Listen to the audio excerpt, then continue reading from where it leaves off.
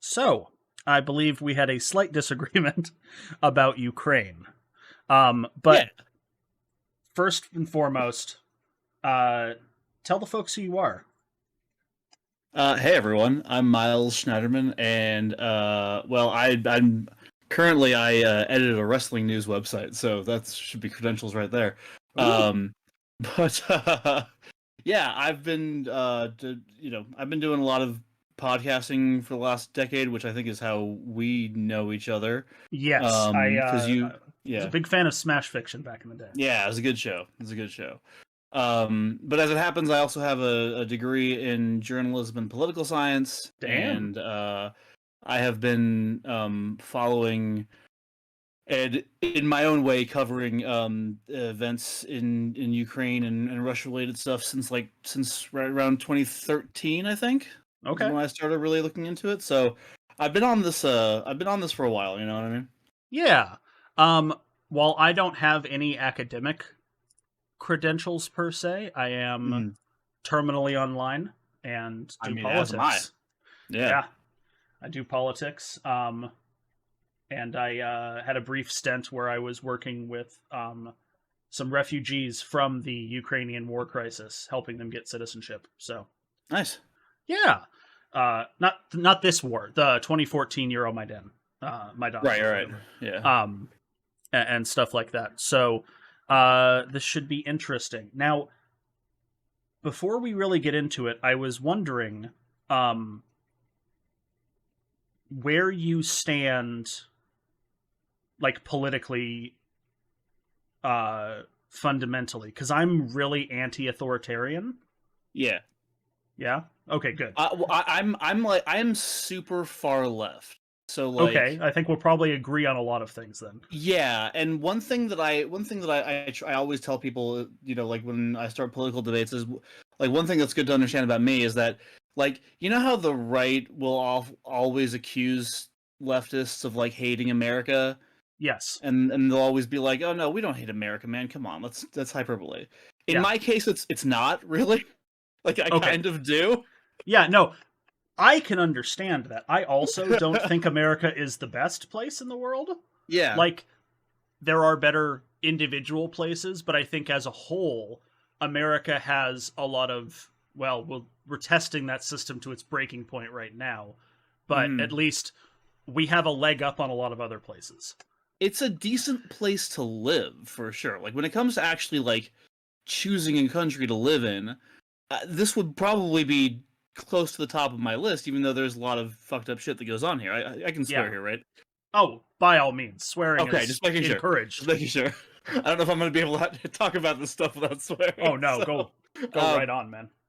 yeah. But in terms of like how America treats and interacts with the rest of the world, I think that this country, which is the country that I live in, full disclosure, I think we're the villains in a sci-fi movie. Like I think we're like really the bad guys here in basically every global conflict that we enter into. So that's really informs a lot of my perspective on this whole Russia-Ukraine thing. Okay, I would agree with you in a lot of situations. Uh, there are some key ones that I would highly Mhm. disagree with you. World War II, big disagree. Not villains there. Stopping I Nazis is mean, pretty important. yes, in Yeah, that case, we have the luxury of there being like an actual like an even worse villain. And I will also say, uh, World War II is sort of an interesting inflection point because, um, first of all, the first thing I'll say is this: uh, while it was good to enter in there and stop Nazis, it wasn't really until after World War II until the United States kind of took the lead on restructuring the global order that existed up to that point, that we really became this sort of like, empire yeah, building that's true. project. So, um, so there's that, and also I'm not saying you're wrong that Nazis are bad. I do think the Russians did a lot of the stopping of them, and I do just want everyone to remember that we dropped nuclear bombs on Japan. That is true. Um, So, I don't like that. Uh, yeah. But there is something that you said there that I want to address. The Russians helped stop Nazis.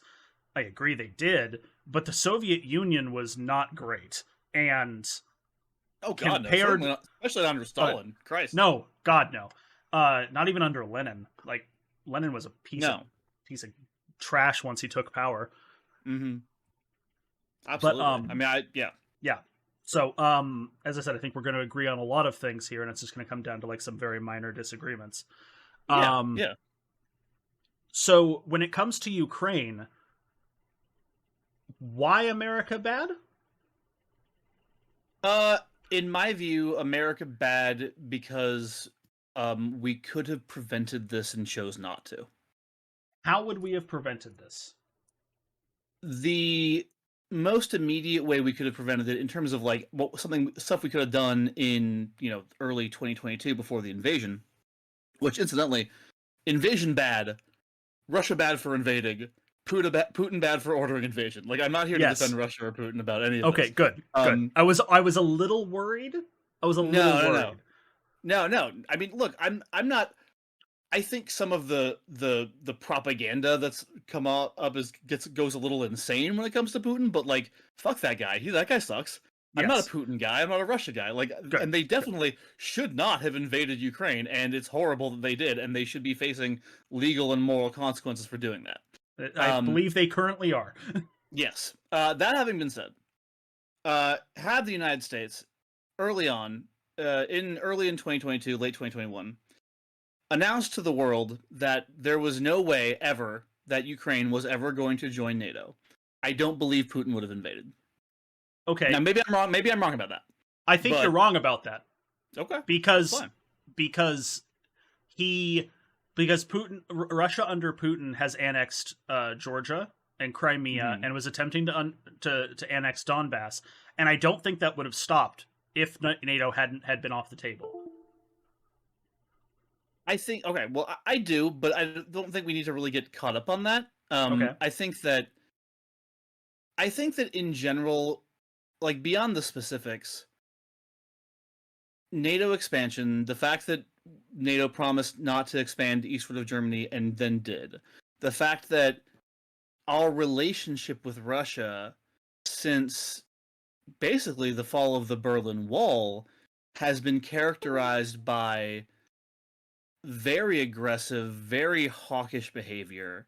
I think that America could have prevented this invasion by having less of an asshole mentality toward Russia in general. Like when Gorbachev was when they negotiated all the Cold War agreements and were like, no, we're gonna do all these like agreements where we back off on the arms race and we're gonna do all this stuff, and like they basically Gorbachev essentially ended the Cold War along with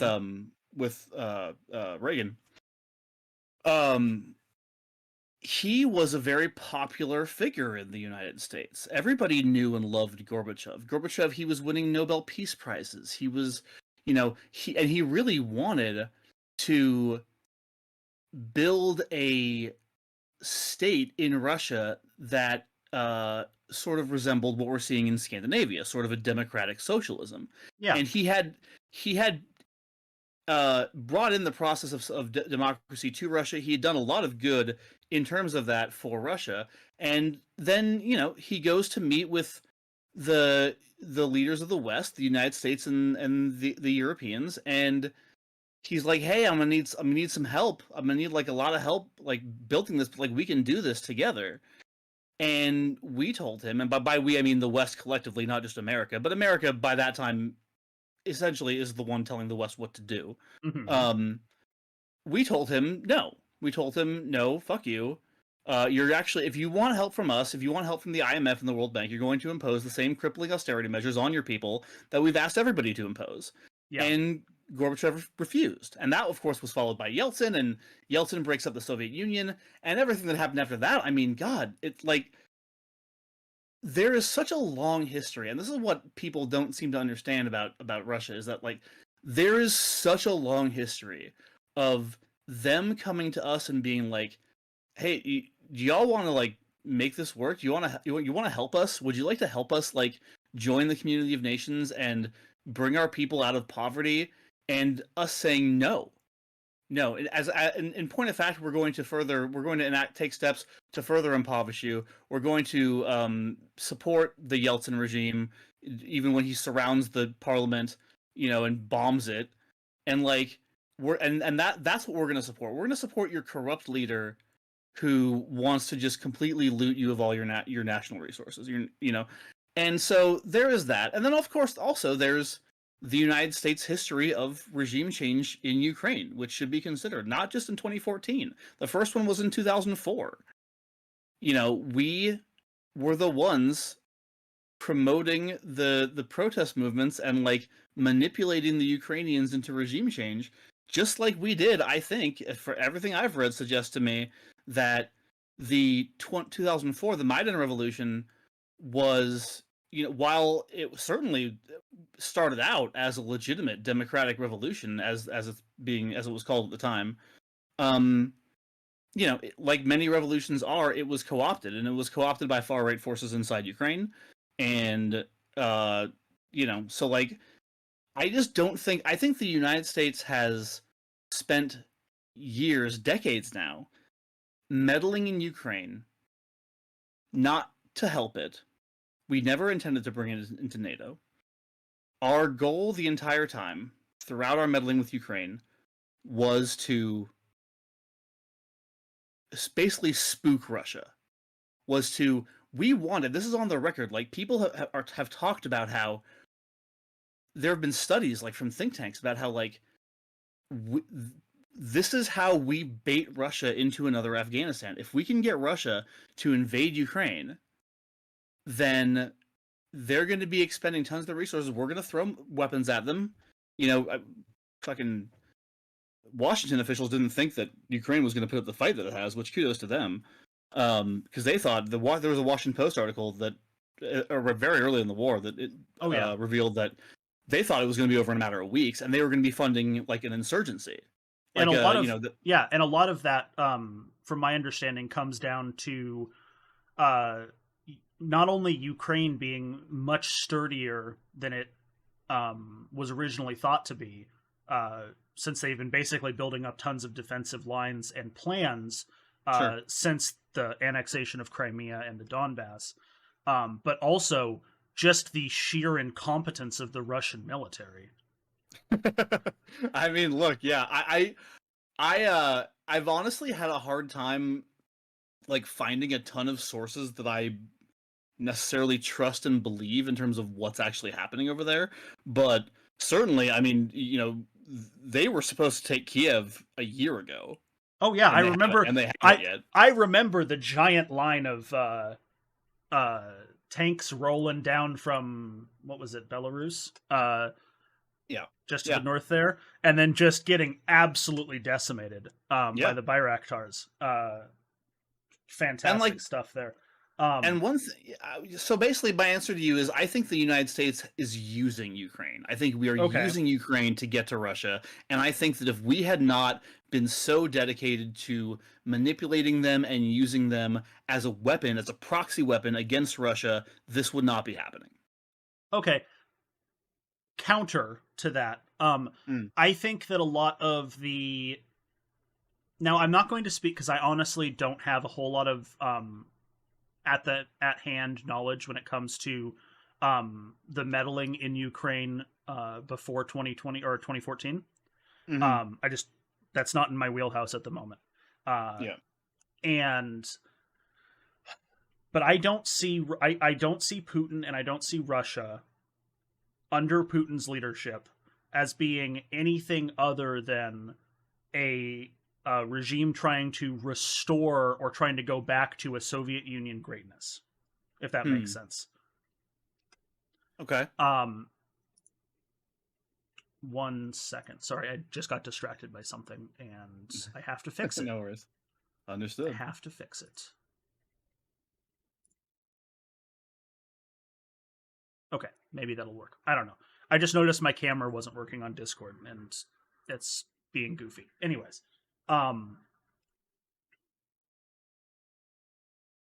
right, trying to re-glorify the Russia into the Soviet Union by retaking all of the little puppet states that they used to have.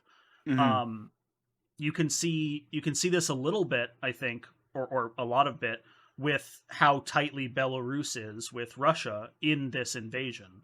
Um, and what is it? Azerbaijan and Serbia. I think those two are right next to each other. Or am I getting? Or is it? Am I getting my geography wrong? Oh God, geography is not. Hang on, Armenia. Pardon me, not Serbia. Armenia. Yeah, Um, yeah, there you with Azerbaijan right now, like threatening to like reinvade Armenia or something. Um, just Russia continually seems to be poking all through Putin's regime. It has been poking and seeing how much they can take, poking and how much they can take.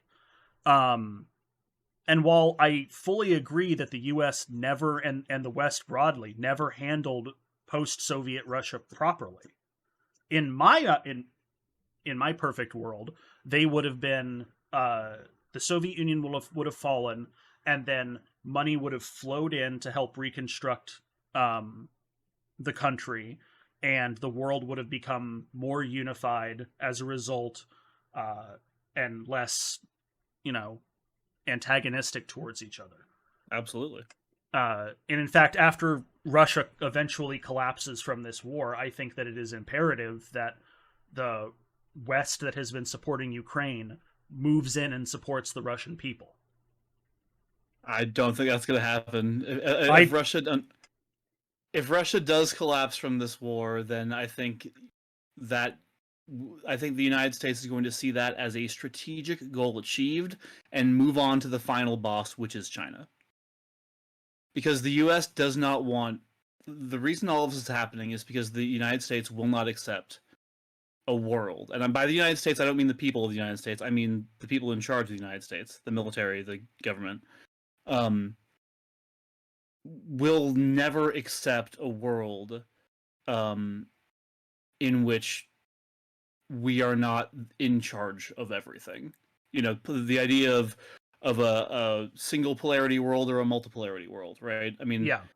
that's China is the threat because China is the country that is threatening to match us in terms of, you know, of becoming a central country that dictates what the rest of the world's countries do. Hmm. And so I think all of this is part of a deliberate, sustained campaign to weaken Russia because Russia is a buffer state for China and an ally of China. And I think we're trying to weaken Russia, leading to regime change and or collapse, which is, again, like regime change has been a stated goal of all of this before Russia ever invaded. Yeah. Um, and then we're gonna move on to China, and the fact that we're doing that, despite Russia and China both being nuclear powers, and the fact that we have decided to restart the Cold War, is just utterly insane to me. I'm wondering though, last month, uh, Russia rejected the Chinese peace proposal Mm-hmm. that they put forward here. I'm looking at it right now on Wikipedia. It was 24th of February. China issued a 12-point peace plan calling for a ceasefire and peace talks. Zelensky indicated that he was willing to consider the aspects of the proposal, while Russia's foreign minister stated that it welcomed the Chinese proposal. Zelensky stated that he planned to meet Xi because it would be useful to both countries and global security. However, Putin's spokesperson Peskov rejected the peace proposal, saying that for now we don't see any of the conditions that are needed to bring this whole story towards peace.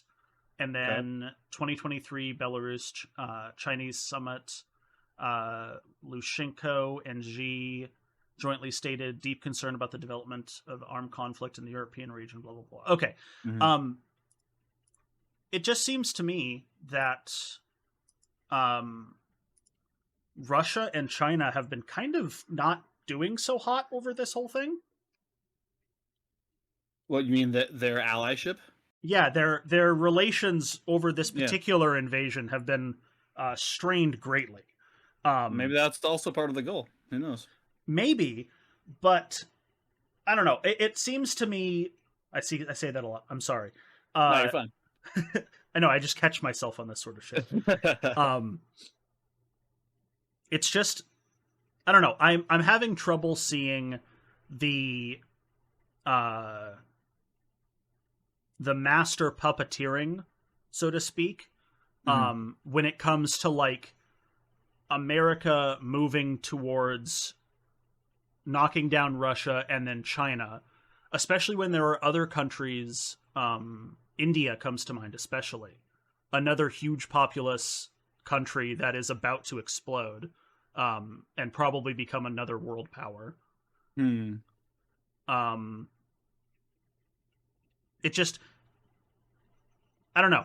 Um, I think we have. I think the Indian government leadership is favorable to the U.S. though. I think I they're. don't think so. I think we I think like they're who's in not power there right. now.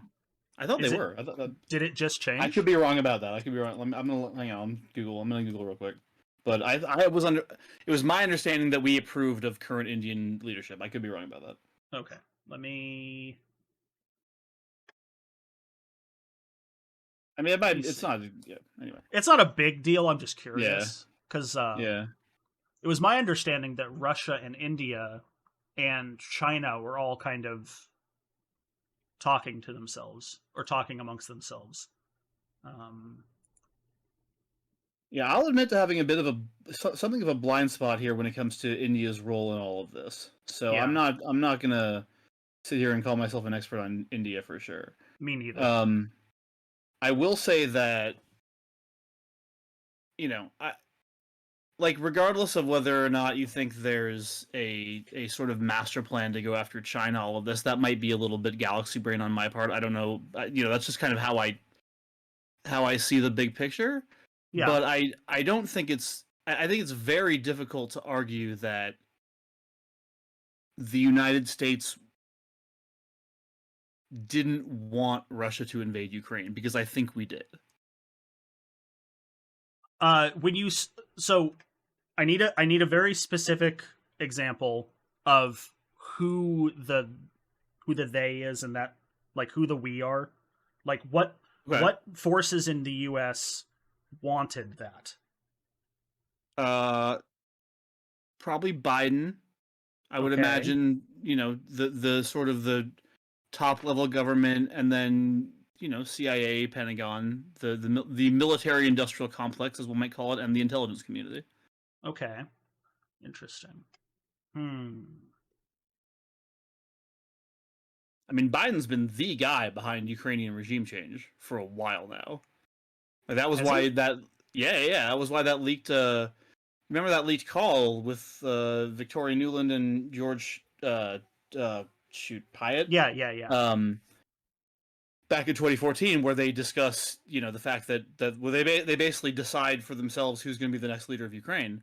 Um, That's what you in got out of that that call? I didn't get that Oh out of that yeah, call.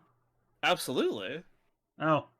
I I was when I heard that, now it might have just been me mishearing it or something. Um I didn't get that they were deciding the next leader of Ukraine. It sounded more to me like who they were going to put support behind. Well, I mean, those two things essentially amount to the same thing. Who they Uh, who who the United States put support. I mean, they put their support behind Yatsenyuk, and he became the new leader of Ukraine.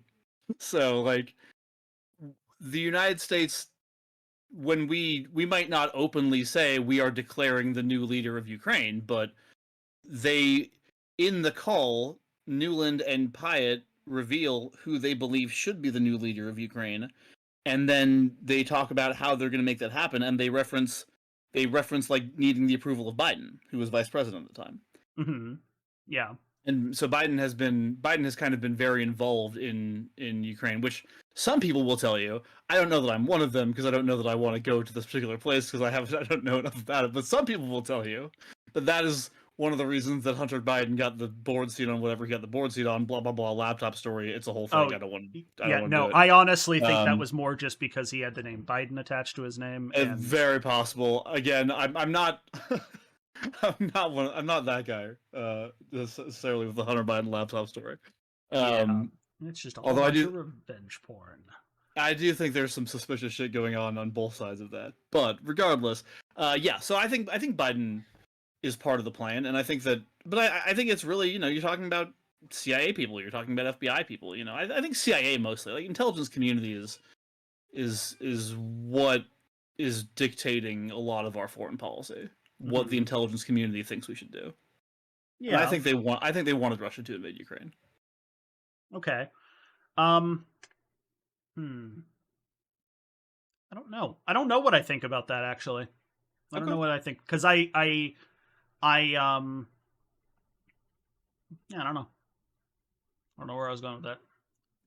It's all good. Now I remember so here's a question, I suppose. What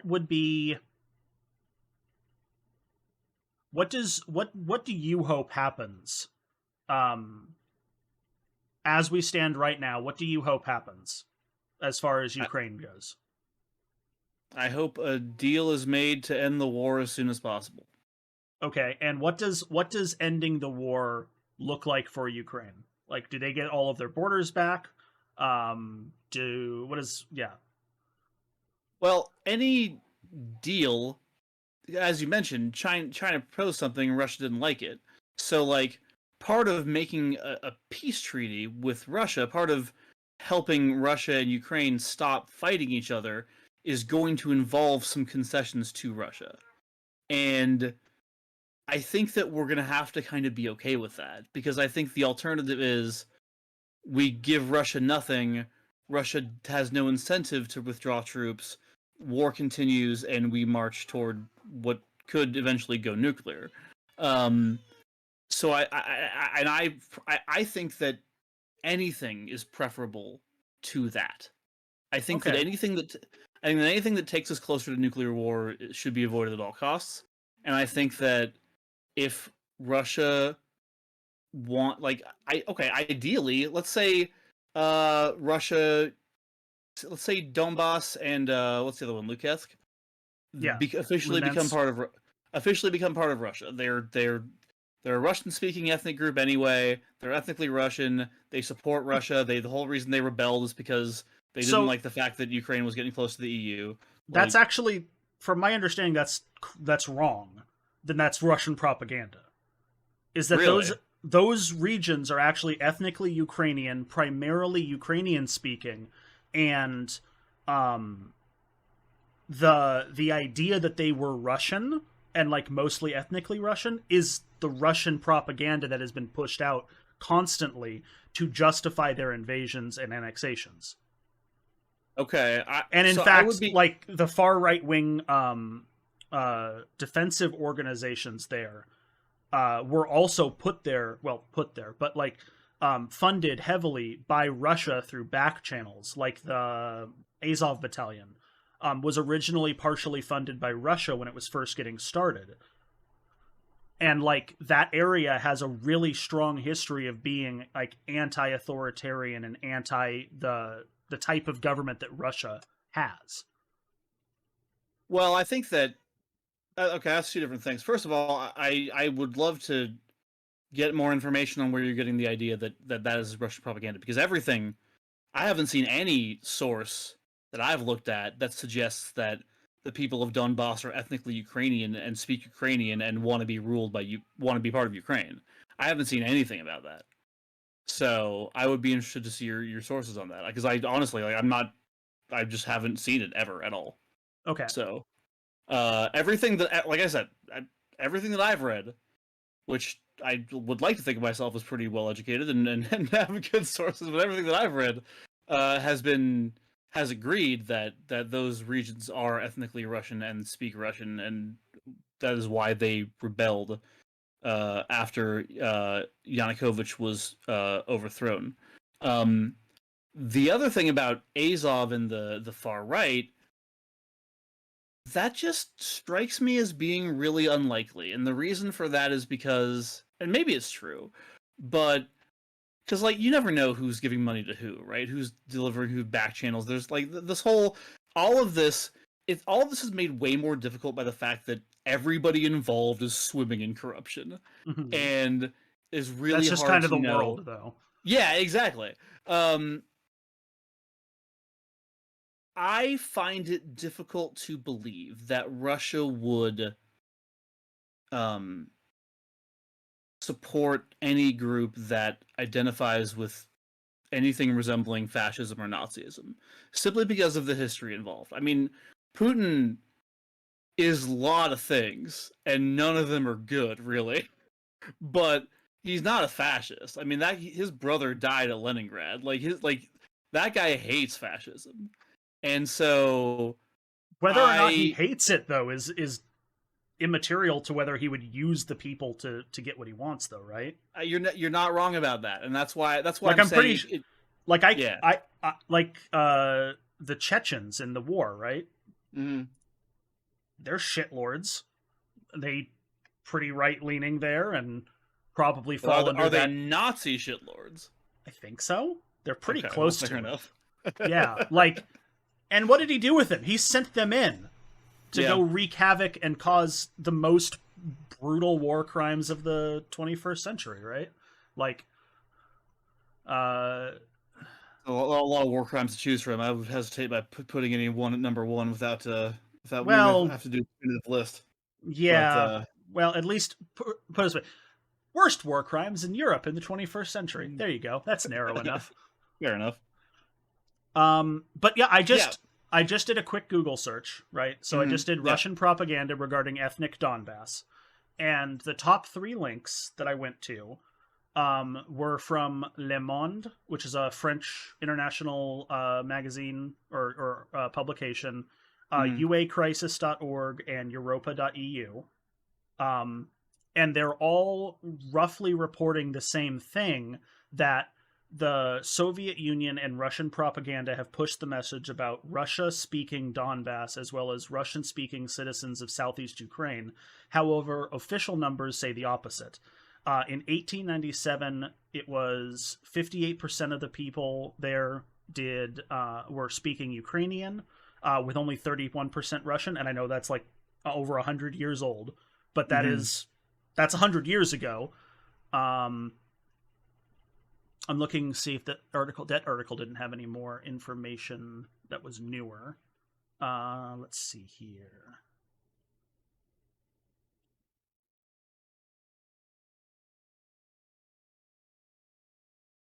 The propaganda that Russia pushed regarding Ukraine committing atrocities towards the Russian speakers in Ukraine has been debunked, as far as I know. Specific incidents Go ahead. Oh, specific incidents that is mentioned in the europa.eu article here is there are many instances of such fabricated stories, best illustrated by a famous example of a Russian television report accusing Ukrainian forces of crucifying a young boy in eastern Ukraine at the beginning of the conflict. That was entirely fake.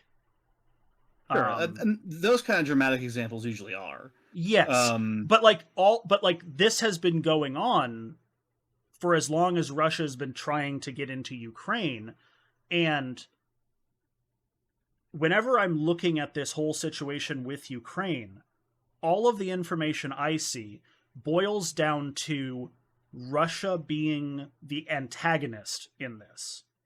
And I'm not saying that the US is great, because we're not. But when it comes down to choosing a side in this, I'm going to choose the Ukrainian people, because Russia continually is trying to provoke and intentionally trying to take. And if they're good, sorry. No, I was just going to say, and like all of the information that I can see about this, especially regarding like the stuff you just said earlier Mhm. about the Donbass being ethnically Russian. It's not. It's primarily Ukrainian. There are I, Russian-speaking people there, but it's not a majority by any means. And the right action there would just to be have peace, right? Not to okay. invade. Well, yeah, obviously. Yeah. So I appreciate you. Certainly some of these links. Uh, I don't see enough here personally. I haven't gotten in depth in a lot of these, but like I just don't. A lot of the journalists and Russian scholars that I've read all agree that the Donbass actually is ethnically Russian. So, like, I'm not saying that what you're saying is necessarily wrong, but I'm not ready to just be like, oh, well, clearly I was wrong about that. You know what I mean? Yeah. So I will accept that there's a question about that. Okay. Regarding the idea of who to side with, it is obvious to me that the only moral side one can take if one is going to morally support a group in this conflict, it would have to be the Ukrainian people. Yeah. The Ukrainian people are, I mean, Strong agree. yeah. So like, I remember we talked about this when we were setting this whole thing up on Twitter. It was like, you Yeah. know, I think you asked me, like, do I think the Ukrainian people has the right to defend themselves, or something like that? Like, of course they do, absolutely, and they should. And like, and I have so much sympathy for the Ukrainians because they didn't ask for any of this. Agreed. Yeah. Um, So I just think that Russia and the United States are both antagonists, and I don't see what, and I don't think probably the most trenchant thing, like the most important thing I believe, is that we should not be sending in 2022 we sent 113 billion dollars to Ukraine, Yep. mostly for weapons. Yeah. 30% of those weapons ended up on the front line of the war. Okay. I don't think we need to be sending them $100 billion in aid. I don't think that's a good use of the United States resources, and especially because, and it would But be that's one thing if nothing in the United States' I eyes, though. 130 okay, but billion is like what? Less than 1% of our GDP? I mean, $113 billion, if otherwise applied, could make a lot of difference in various It places could. domestically. It Um, could, but we're not going to do that because of the way our democracy is set up right now, right? Like okay, fair enough, if but if we're dealing with where we are right now, we have to be like, okay, yeah, we're not going to be spending money on the homeless like we should be. We're not going to be spending any money doing anything other than developing the next F-47 jet fighter or whatever, right? right. The least we can do is send some goddamn guns to Ukraine so they can kick invaders out of their borders, right? I sent you I don't think a so. quick pic. Okay, I sent you a quick picture to get back to an earlier point. Of majority language by city, town, and village councils from the 2001 census. Where's this And from? this is from Wikipedia. It's just it's from the 2001 census. Let's see the actual. A huge Wikipedia fan, but Yeah, I'm not saying this is wrong. I'm just saying I'm not a huge no, Wikipedia fan. I'd have to like find where the census came from, of course. But Right, of course. if we take this on face value, the only place that Russia, assuming you take the idea that a Russian-speaking ethnicity is a good enough reason for Russia to yoink a place, would be Crimea. Oh, I didn't say it was a good enough reason to yoink a place. Oh, That's I'm all not saying Yeah. you were. I'm saying for the Oh, okay, Russian yeah. side of the thing. Yeah, totally. The only place that would be good enough to do that would be like Crimea, and even then, I don't think it's a good enough place just because some people speak the thing. I mean, by that, Texas should be Mexico, right? I mean, they can have it as far as I'm concerned. No, I just think that you're not wrong in terms of obviously that money comes out of the military industrial complex. It's going to stay in the military industrial complex. Biden just announced a new budget with more money going to police, more money going to military, and all the fucking fake progressives in Congress are going to approve it, and Well, not like because Congress has much of a fucking choice at the matter at the moment. yeah. Like, yeah. That said, I do think that that if I had any reason to think that the United States was sending money and weapons to Ukraine so that we could help them expel the Russians from their borders because we care about protecting their democracy, then maybe I would be okay with that money going over there. I There think is that might no be I think that might be where we disagree. I don't necessarily care why we're sending the stuff there right now, because for the matter at hand, I care more about the ends. I care more about the people's sovereignty against authoritarianism than I care about what's going to happen 20 years down the line from now. okay. Here's the thing. I I'm a don't. bit of a utilitarian like that. That's fine. I'm not really, and Okay. I I don't think that the protection of a state that is nominally democratic but certainly remains a proxy state of the United States. Like we decide who is in charge there. I mean, that Um, was true. That was true in that one election. I don't think that was true for Zelensky's election. no, but Zelensky ran on a platform of peace and with Russia. Yeah. Zelensky ran on a platform of, you know, of let's not, and I the people that I've read that I'm not in a position to say this is true with any certainty at all. Okay. But I know a lot of people who believe that essentially Zelensky has been threatened into reversing that position by the far right forces within Ukraine. Again, not saying that's definitely true, but I think that like when I say that the United States like decides who their government is, like if they elect somebody who we're cool with, then great. If they don't, they're gonna get regime changed.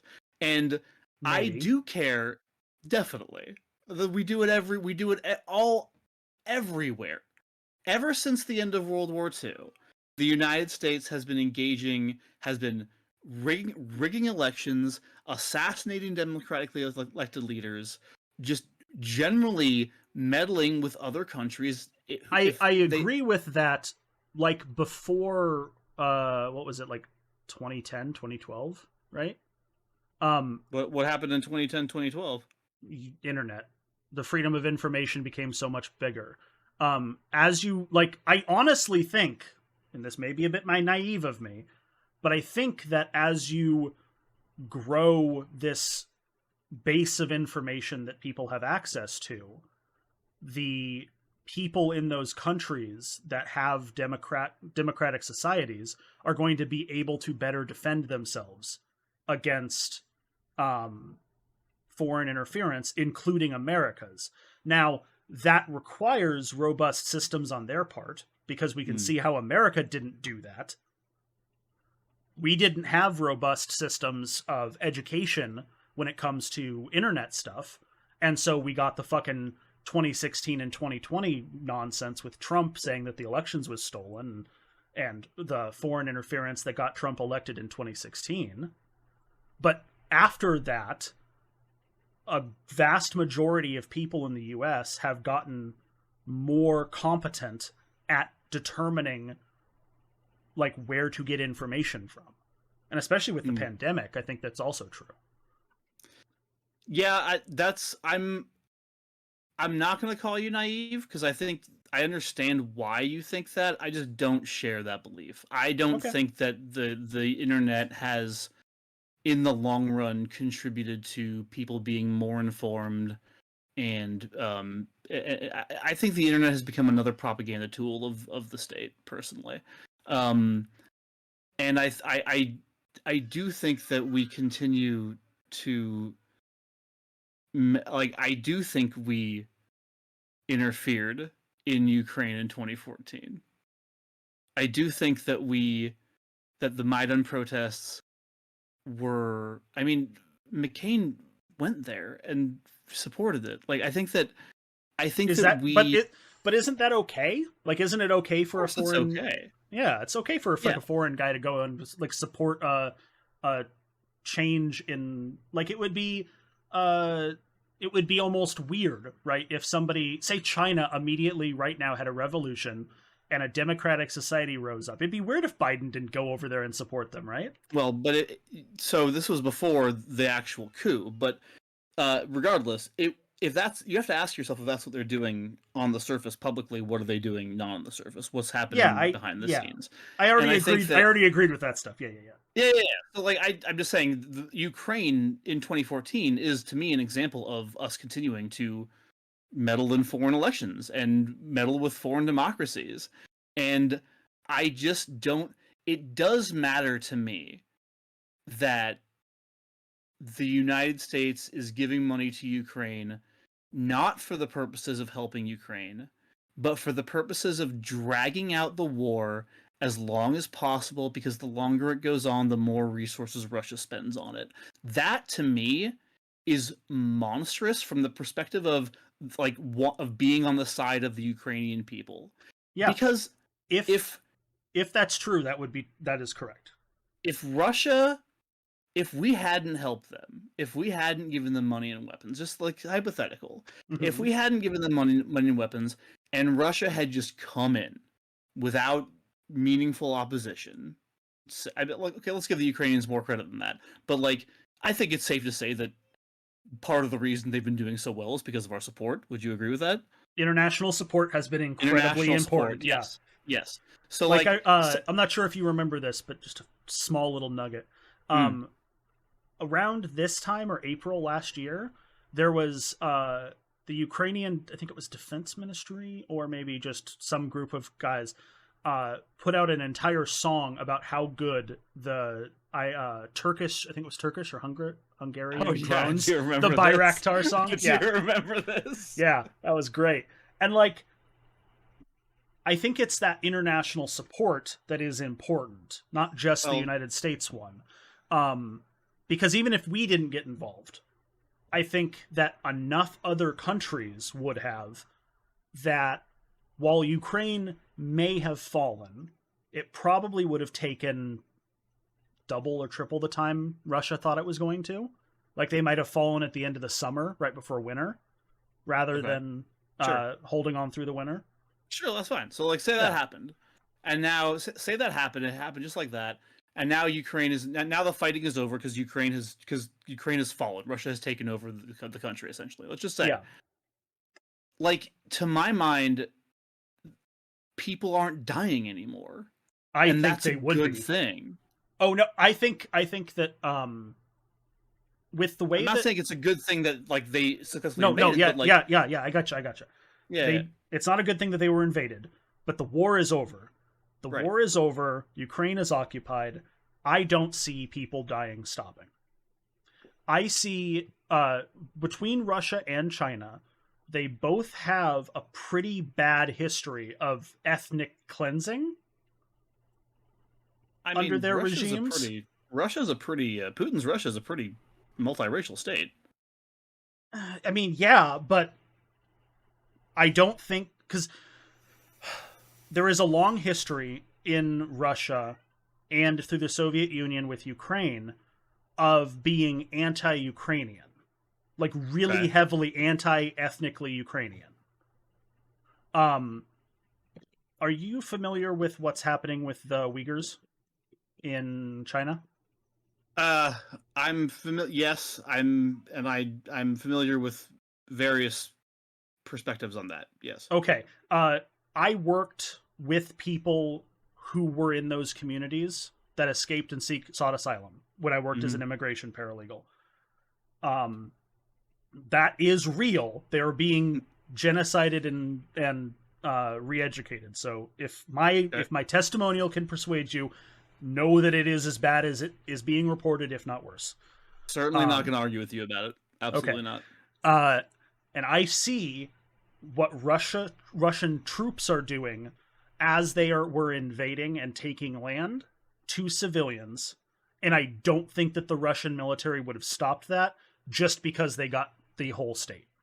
Okay. All right. Well, I mean, honestly think that the only way that we end this is if Russia pulls back to the original borders of Ukraine and leaves. Like, all Russia has to do is leave. I don't think that's going to happen. I don't either. Unless Putin does. Well, yeah, maybe. But frankly, it might not happen even then. But not. I don't think that's going to happen unless the West gets more actively involved in the war. And if that happens, we're not just looking at Ukraine. If that happens, we're looking at World War. And we're looking at potentially nuclear war. Potentially. And there was actually that's not worth it to me. That's not worth it to me. I don't like nuclear war. I'm fully on board with avoiding it as best as possible. It would be weird if you did. There is a slight little nugget that I've been reading about. Have you been reading about the upkeep of nuclear weaponry? Like, and how hard it actually is to upkeep? I have not.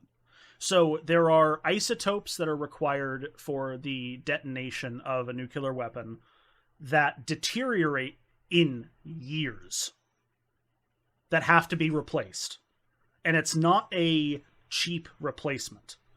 There are some experts, and I'd have to dig up their articles if you really want me to, I can, that are saying that Russia doesn't have the nuclear weaponry that it thinks it does. I know, right? Maybe they don't, but I don't want to find out. I know, but I don't want to find out either. But I think that part of the reason Putin has been so brash with his nuclear brinksmanship is because he's bluffing. I can't disprove that. I'm not asking. This wasn't an argument. It was just me putting it out there. It was not an argument. That's fine. Maybe it's true. I just don't think that. I don't think Ukraine. I don't think protecting the democracy, the democratic institutions of Ukraine, is worth potential nuclear war. And if that makes me a monster, then I'm sorry. But I have a question then. An honest question. Would you have said the same thing in World War II with Britain? I don't know. Okay. What do you? I'm confused. What do you mean? When Germany was threatening to invade Britain, when they were doing the Battle of Britain, the Blitz, would you have originally said that the United States should not have gotten involved there because it could have risked an entire world war, and Britain's democracy was not worth that? I don't really know how I would have felt then, but I know that there was a strong element of the United States population that was against going to war. Yeah. I know they were, and I thought I would think that they were wrong. That's fine. I think I'm not. I think they have a point at least. Okay, that's fair. And I think that. Look, I'm also just the other piece of this too is that I think it's very telling that this is what the international community has decided to rally around, because if we actually care, again, I just keep coming back to this, but I just want to keep hammering this point. Like, we don't care about the Ukrainian people. No military intervention that the United States has engaged in since World War II has been about trying to help people. It just hasn't been. It never happens.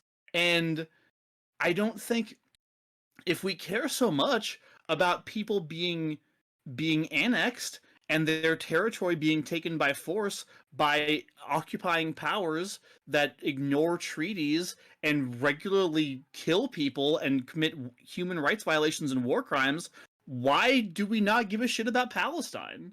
I do. Like, I know you do. Yes. I do okay. too, fair enough. Fair enough. I get. Sorry. I took it wrong. I agree, and that is why I attempt to be as politically active as I can be to try and change the way that the U.S. works. But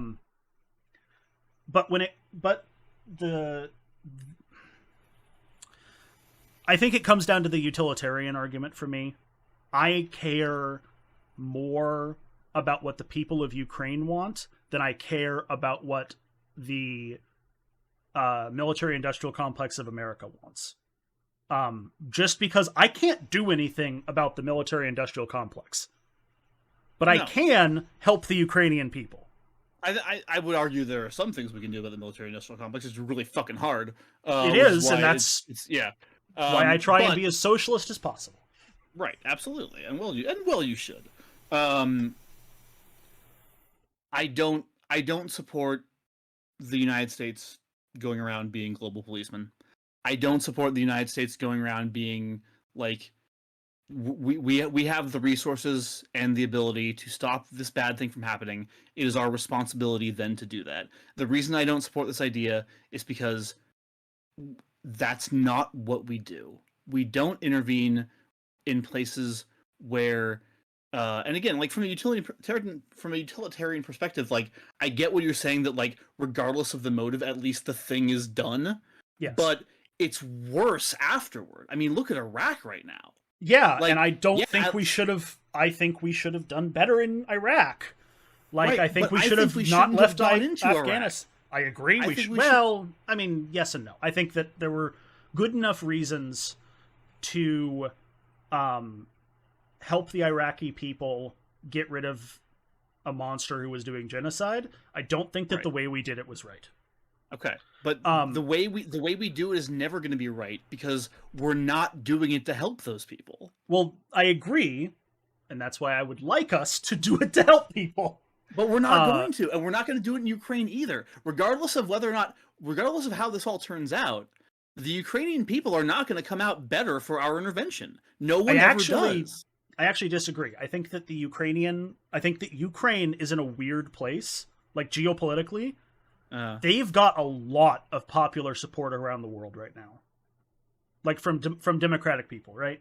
And I think that if they make it through this, can actually become a really important bastion of liberal democracy and like left-leaning ideology, because they've been so heavily influenced poorly by the authoritarian ideology that is the Russians, and helped by the West, by the liberal democracies of the West. Now, whether that happens or not, I don't know. I think it can. I honestly think that, like, Ukraine, if they come out of this on top, they could have a really strong, vibrant liberal democracy that could become like world leading in its goodness.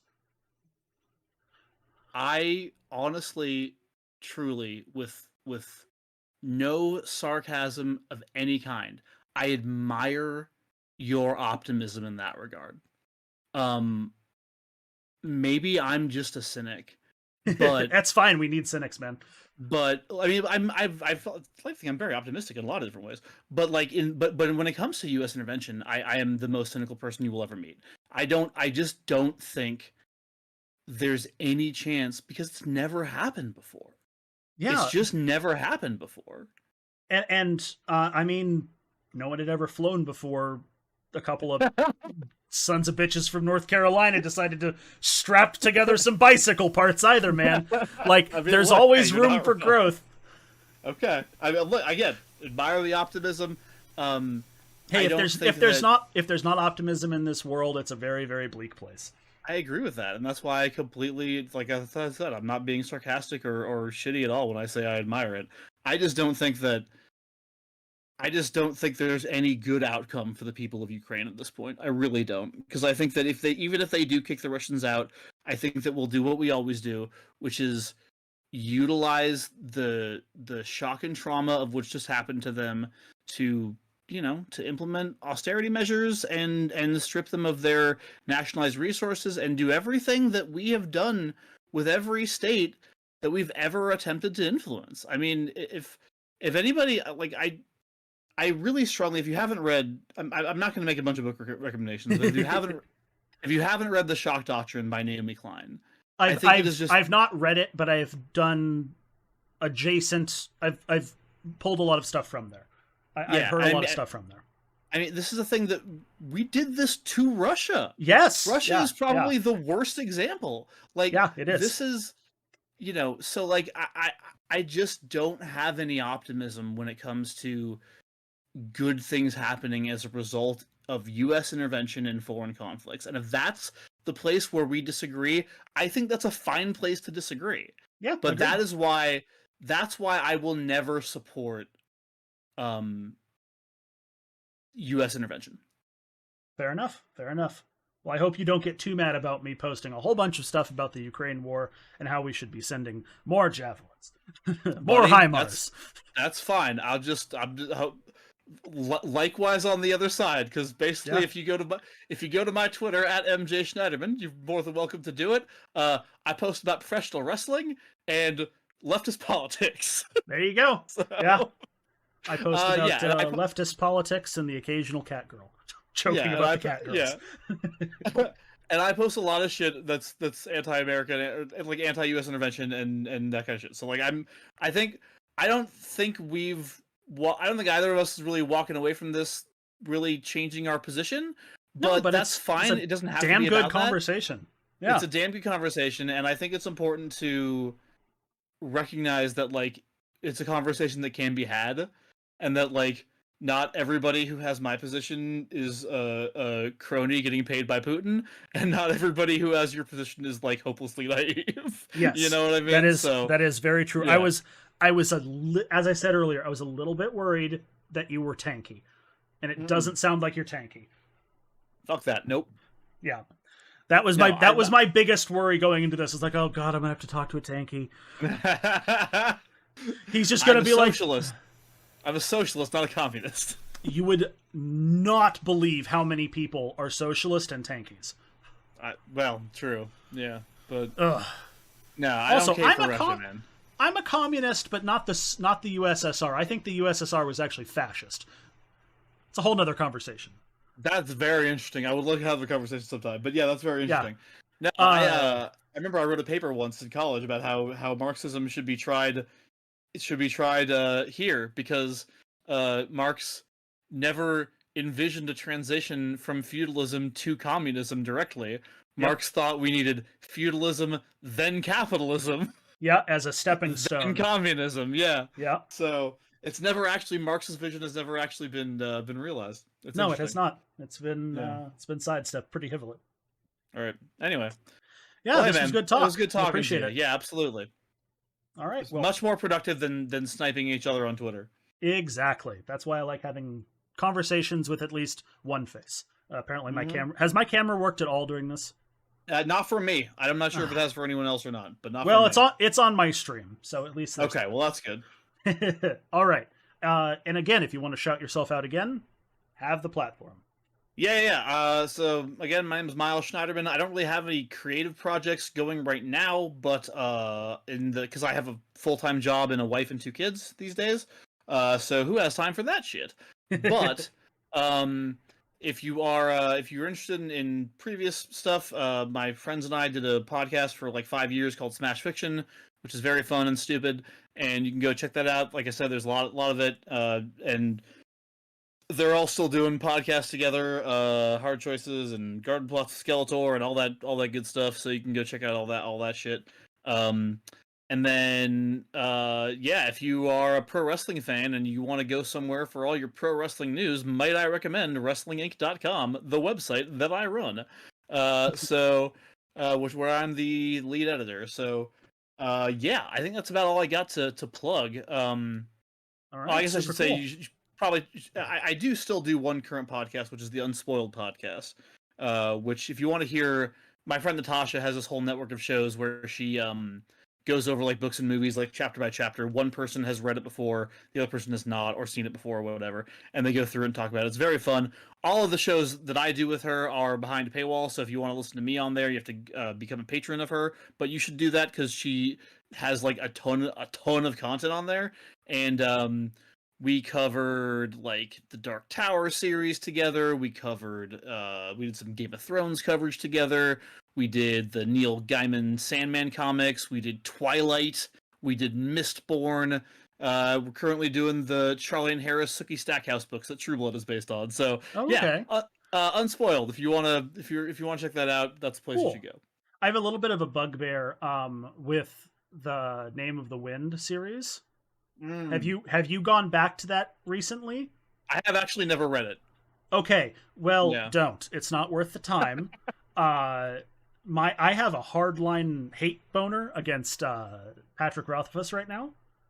He's one of the It's almost unwarranted. Almost. he's one of the guys that also takes forever to finish his books, right? He's like another Yeah, George Martin there. Yeah. he's gotten his money and is not doing anything. Right.